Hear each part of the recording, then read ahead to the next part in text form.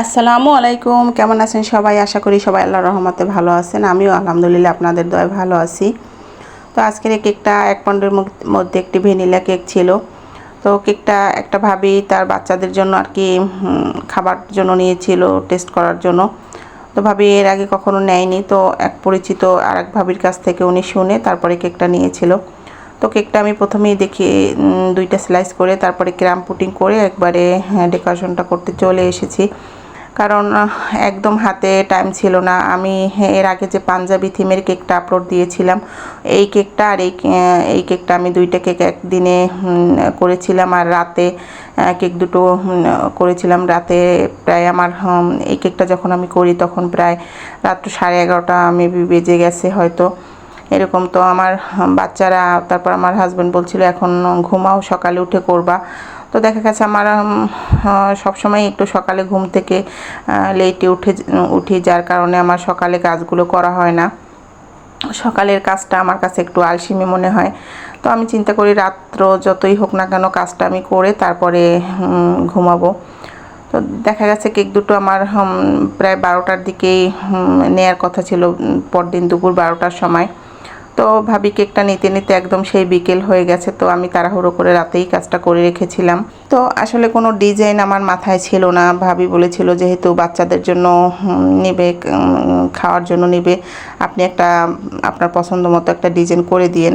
তো দেখা গেছে রাত্র 11:30টার সময় আমার মাথায় ওরকম ডিজাইনও আর ছিল না। তো কেকটা করছি আর আমি চিন্তা করছি কীরকম কী করব।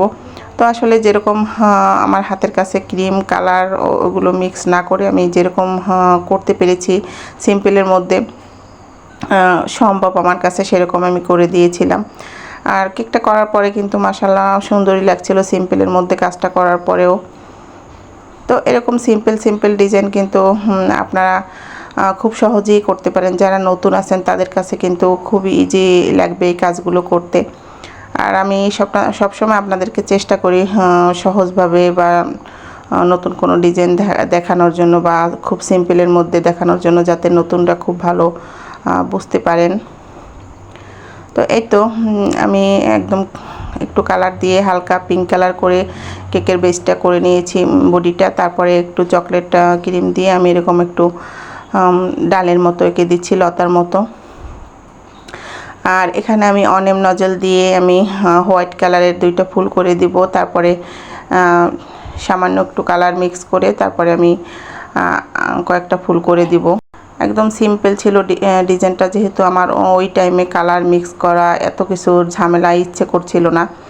তো এই যে আমি কিন্তু এই হোয়াইট কালারের মধ্যেই কিন্তু একটু সামান্য রেড কালার দিয়ে তারপরে এই কালারটা করে নিয়েছিলাম।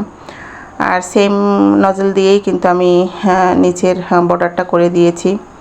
তো আপনাদের কাছে এই সিম্পল ডিজাইনটা কেমন লেগেছে অবশ্যই জানাবেন। একদম শর্টকাটে আমি যে কাজটা করেছি দেখতে কিন্তু মাশাআল্লাহ অনেক ভালো লাগছিল আমার কাছে। আর যেহেতু কোনো কেকে কোনো নাম লেখা ছিল না, তো আমি একদম ইচ্ছে মতো কেকটা সাজাতে পেরেছি স্প্রিঙ্কেল দিয়ে। আর দেখা গেছে কি সব সময় চিন্তা ভাবনা করে যদি আমি কেকের ডিজাইনগুলো করি না, ওই কেকের ডিজাইনের থেকে আমি যদি একদম শর্টকাটে বা নিজের ইচ্ছে মতো কোনো ডিজাইন করি, ওই কেকের ডিজাইনগুলো সবসময় ভালো আসে।